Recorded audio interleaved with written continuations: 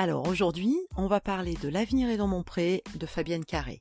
Ce roman est un coup de cœur feel good, ce qui ne va pas arriver très souvent dans mes chroniques parce que je ne suis pas hyper fan du genre, mais là, ça a été une surprise totale. L'auteur, qui est morbihanaise, me l'a apporté en main propre et j'ai mis pas mal de temps avant de le lire. Alors pourquoi ? Déjà, la première de couverture ne m'inspirait pas plus que ça. Il faut dire qu'elle ne rend pas hommage au roman. Je crois qu'il y a eu une réelle erreur de choix concernant cette couverture, donc il ne faut pas que ça vous arrête. Et pourtant, une fois entamé, ce roman, je ne l'ai plus lâché, je l'ai lu d'une traite en fait. Fabienne Carré, elle a su allier le thème des agriculteurs en souffrance avec la reconversion, mais pensée d'une façon vraiment moderne, fraîche et avec beaucoup d'humour. Elle est attachée à ses racines terriennes, elle a baigné dans le milieu agricole et tous les témoignages d'agriculteurs qu'elle a pu recevoir, ils lui ont donné envie de porter leur voix. Le pitch ? Pascal est saisi à la cinquantaine d'une soudaine lassitude pour son métier d'agriculteur. Le poids des contraintes administratives et personnelles, la dévalorisation progressive du métier accentue son envie de lâcher prise. Seul aux commandes de l'exploitation familiale d'un élevage laitier, il ne s'est plus posé depuis longtemps la question de ses envies.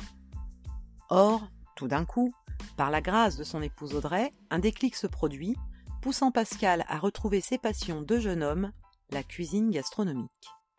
Et parce qu'il est un être entier, décidé, il met son désir à l'épreuve. Pourtant, attaché à sa terre, à son Morbihan natal, Pascal n'est pas prêt à s'en éloigner. Vient ensuite la bascule, un restaurant est à vendre.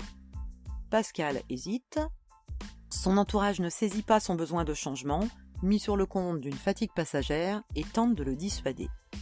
Son père, plus catégorique, menace de couper les ponts. Cela ne suffit pas à arrêter notre quinquagénaire, avide de se lancer. Résolu à aller jusqu'au bout de sa passion, le pas est immense pour ce fils d'agriculteur qui n'a d'autre choix que de se séparer de sa ferme.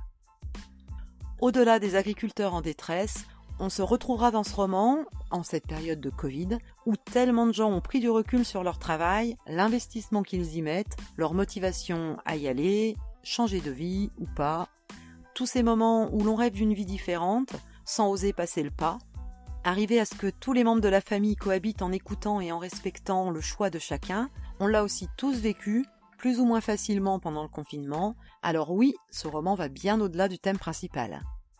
Donc ce roman, c'est nous tous en fait. Et elle réussit ce tour de force à nous emmener avec Pascal et sa famille, à décrire la triste réalité mais sans pathos. Cette famille, elle est optimiste, unie, avec des hauts et des bas. Ça pourrait vraiment être vous, ça pourrait vraiment être moi. Feel good, oui, mais sans situation où l'on se dit que c'est vraiment trop gros, que ça n'arriverait jamais dans la vie. Feel good, oui, mais sans morale, sans développement personnel, ce fameux développement personnel à la mode. Feel good, oui, mais enfin la preuve qu'un feel good peut faire du bien sans tomber dans les thèmes trop récurrents comme la grand-mère qui nous fait tous pleurer ou la jeune femme qui plaque tout pour une vie de rêve que personne n'aura vraiment jamais. Bref, j'ai adhéré, j'ai vraiment beaucoup aimé et ce primo-roman vaut vraiment la peine. Alors, il va plaire à qui ce roman ? Eh bien, à un public varié, bien plus qu'un feel-good classique. Il va plaire à tous ceux et celles qui auront envie d'une lecture légère, avec des bons sentiments, où ils vont se retrouver comme dans tout bon feel-good en fait. Il donne ou redonne le sourire et il peut agir comme un révélateur. Il va permettre de respirer dans votre quotidien peut-être parfois morose.